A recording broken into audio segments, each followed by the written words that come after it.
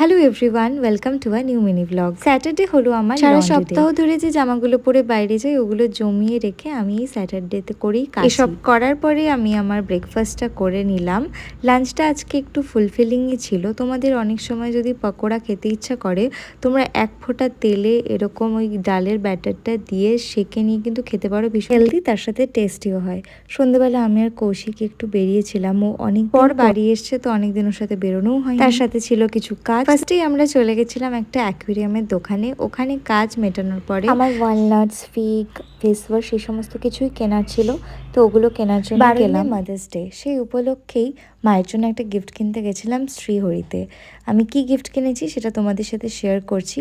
তোমরা অবশ্যই কমেন্ট করে জানিও যে গিফটটা তোমাদের কেমন লাগলো। ডিনারে আজকে বানিয়েছিলাম বাঁধাকপি দিয়ে মোমো, ভেতরে না বাইরে বাঁধাকপি। ময়দাটা অ্যাভয়েড করার জন্য যতটা হেলদি, খেতে কিন্তু রিয়েল মোমোর থেকেও টেস্টি। রেসিপি চাইলে জানিও।